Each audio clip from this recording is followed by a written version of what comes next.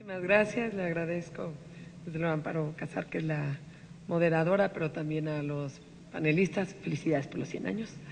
Me da mucho gusto estar aquí en uno de los temas que a mí siempre me han interesado, que es el de la inclusión laboral.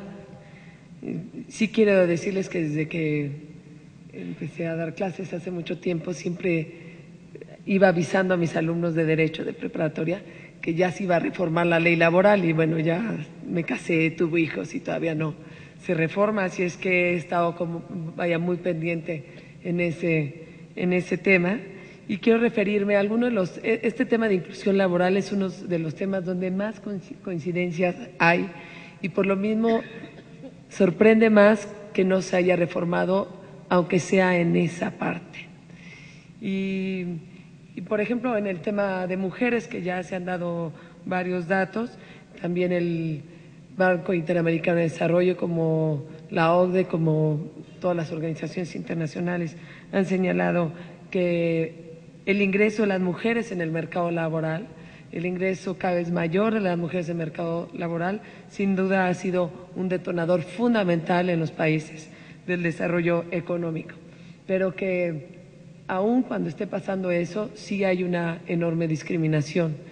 Un poco lo que decía Berta, que había una cultura ahí que tenemos que superar. Yo estoy segura que todos los que estamos aquí sabemos de casos de discriminación y por darles algunos ejemplos, yo creo que a muy pocas mujeres de 25 años, mujeres jóvenes de 25 años, no se les ha preguntado a la hora de que solicitan un trabajo si están casadas o no están casadas, o si se van a casar. Y creo que esa es una pregunta que constantemente se le hace a las mujeres jóvenes y no se le hace a los hombres. O si se les hace, el efecto es totalmente contrario. Si una mujer joven dice que se va a casar, pues enseguida inmediatamente es un defecto, un obstáculo para contratarla. Y en cambio, si un joven de 25 años dice el hombre que se va a casar, bueno, es increíble, pero la conclusión es contrátalo porque se va a casar. Y la conclusión es totalmente distinta entre una mujer joven de 25 y un hombre. Por eso eventualmente pues las jóvenes pues no dicen que se van a casar.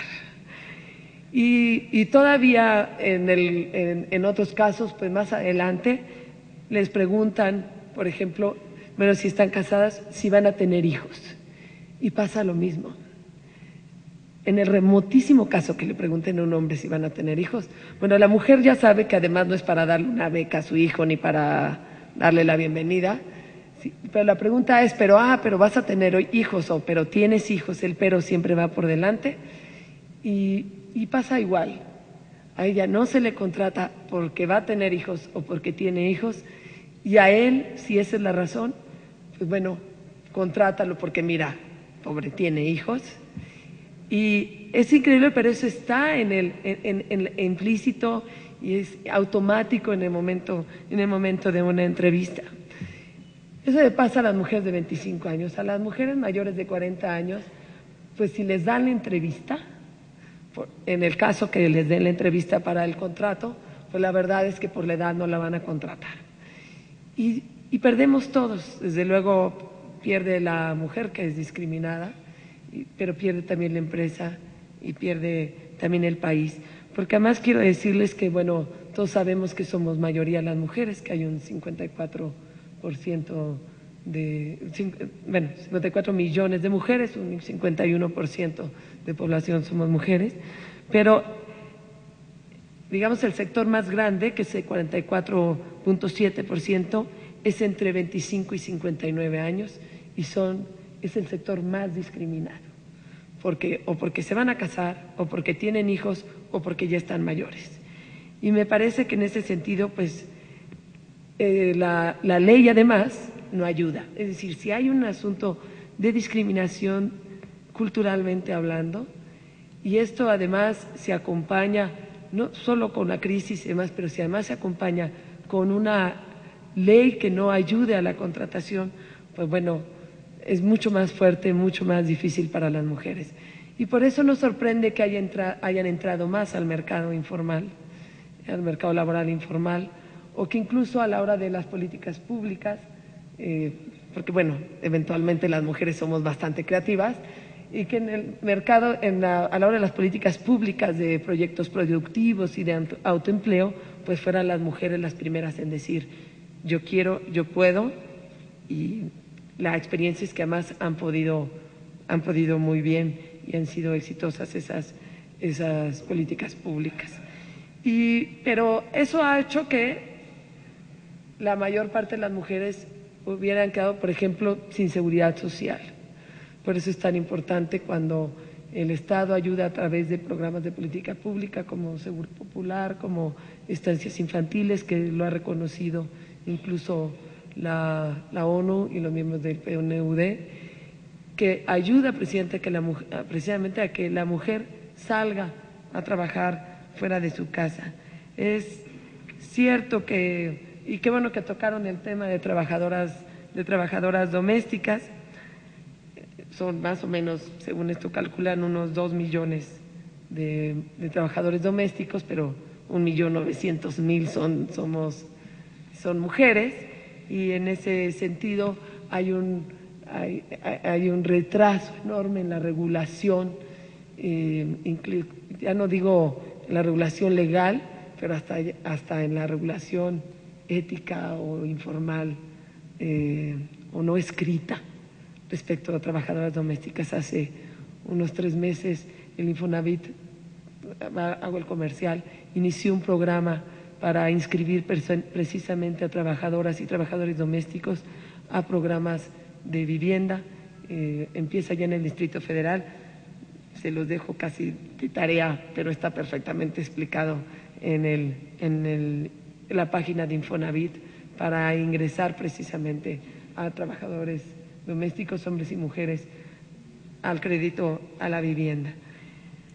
Tocaron la parte de salario mínimo, que es una discriminación que todavía está ahí y que además al parecer se ha reducido, es decir, en el 2000 estaba en un 14% la diferencia en el ingreso y ahora va en 9 punto y algo, ¿no? Digamos 10%. La verdad es que no debería haber la diferencia, no debería haber ninguna diferencia en el ingreso, en el salario, y sin embargo lo hay. Y de hecho, pues ese es el promedio, porque en algunos lugares las diferencias sí son de 30 a 35%, pues en la diferencia de salario. Y esa discriminación salarial no debería existir, pero además no hay que la sancione y no hay ni siquiera posibilidad de realmente revisar si hay precisamente esa discriminación, o quien se sienta discriminado por eso no tiene el canal claro para poder señalar la discriminación. El otro de los temas que además viene en la ley laboral, que es los de certificación de no embarazo o equilibrar las desventajas, que son muy importantes porque ayudan precisamente a que no haya esa discriminación. ¿Qué es lo que tenemos que hacer con una ley? También es poner los bienes en esa ley, lo que consideramos valioso. Y yo creo que consideramos valioso el ingreso de las mujeres al mercado laboral, aún con toda la carga cultural. Por ejemplo, en el tema de los hijos, hace unos años la revista Expansión sacó 50 mujeres exitosas en el ámbito del negocio y de la empresa. 45 de ellas tenían hijos. Entonces, no hay ningún sentido para discriminar a una mujer por el hecho de tener hijos. Eventualmente hasta habría un incentivo mayor, porque sí hay incluso una serie de encuestas y de demostraciones científicas de que los salarios llegan directamente a la familia, a la salud, a la educación, y en ese sentido hay un gran detonador del desarrollo económico y social, porque llega directamente ahí. También hay otros estudios que se hicieron en estos últimos años, que las empresas que más ganaron las empresas más competitivas tienen en sus consejos de administración al menos 3 mujeres. Y bueno, no pretendo yo decir que haya cuotas obligatorias, pero sí avisar que la discriminación está corriendo en contra de todos. Está corriendo en contra, además de la propia empresa. Yo creo que este es un reto no solo de las mujeres, creo que hay muchas mujeres que han abierto, y aquí veo a 2 de entrada, que han abierto caminos por donde todas hemos pasado, sino que también es un reto de los hombres, porque es en beneficio de todos el incluir a las mujeres. Y, perdón, pero una ley que está concebida, como decía María Amparo Casar, hace 40 años, en 1970, cuyas reformas incluso fueron a favor de las mujeres, las 2, 3 que se han hecho. Es una ley que parte, por ejemplo, de que solo había el 17% de mujeres en el mercado laboral. Y ahora estamos hablando del 42, 43%. Entonces, por un lado, tenemos que trabajar en la no discriminación para que no se pidan los certificados, por ejemplo, de no embarazo, para que no se permita la diferencia de salarios, para que no haya discriminación en la propia contratación o en las condiciones de trabajo. Y las propias licencias de maternidad. Yo siempre he dicho que quienes dijeron que que cuando uno estaba embarazada tuviera 6 semanas antes y 6 semanas después, que seguro fue el hombre, porque las que hemos estado embarazadas trabajando siempre escogeríamos las 12 semanas después, o por lo menos si van a ser por nuestro bien, pues pregúntenos. Y ese tipo de cosas que trae la ley laboral, la iniciativa, de que le den a las mujeres el derecho a decidir qué semanas escogen, cuáles son las semanas que por su bien se le dan para que no ingrese. Y lo otro importante, el desequilibrio de desventajas, que así se llama, que hubiera también la posibilidad de ley de paternidad. Es un poco este esfuerzo de que así como estamos mandando a las mujeres a incluirse en la vida pública de un país, en el mercado laboral, un esfuerzo para que hombres también lleguen a la vida privada, a la vida de las familias.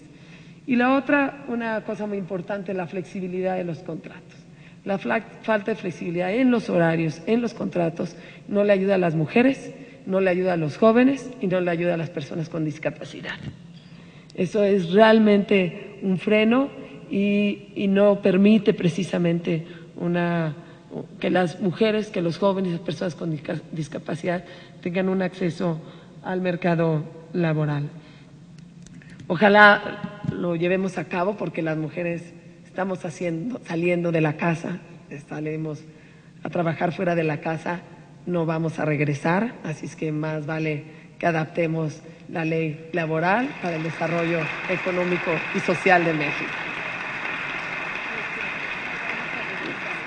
La otra es, que me parece un tema muy importante, el de niños y niñas, que han hecho un gran trabajo la Secretaría de Trabajo. Pensé que lo iba a tratar Susana Sotoli, que venía del UNICEF, pero no pudo venir.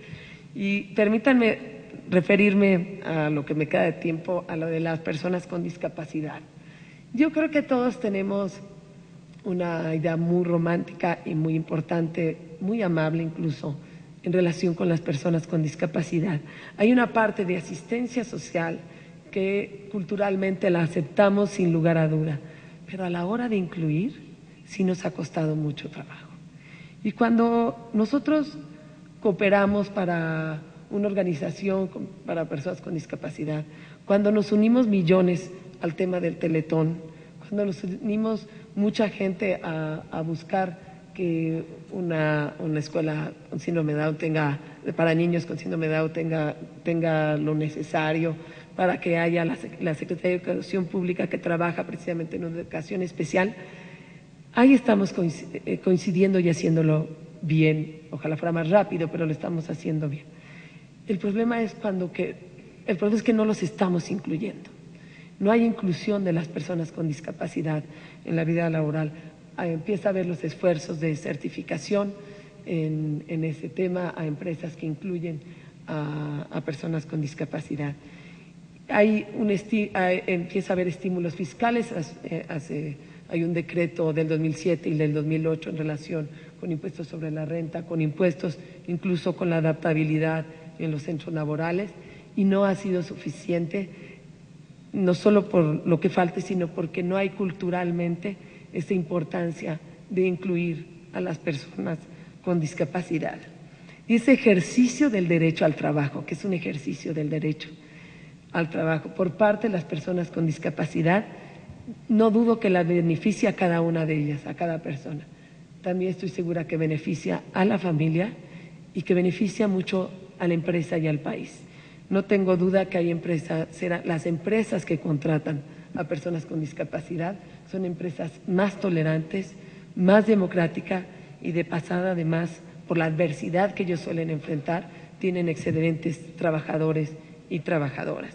Así es que no hay duda que la falta de inclusión ha sido un obstáculo para el desarrollo de nuestro país, para el desarrollo de cada una de las empresas.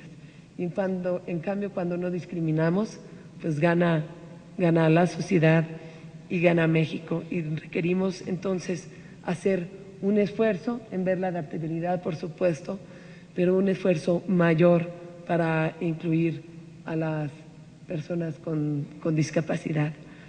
Yo no tengo la menor duda que tenemos que hacer ese esfuerzo, que ojalá venga acompañado de muchas medidas, pero que esas muchas medidas que tenemos de otras materias o de otros caminos, pues que son muy importantes, tampoco la falta de ellos puede ser el obstáculo o el freno para incluir a mujeres, a personas con discapacidad, a jóvenes.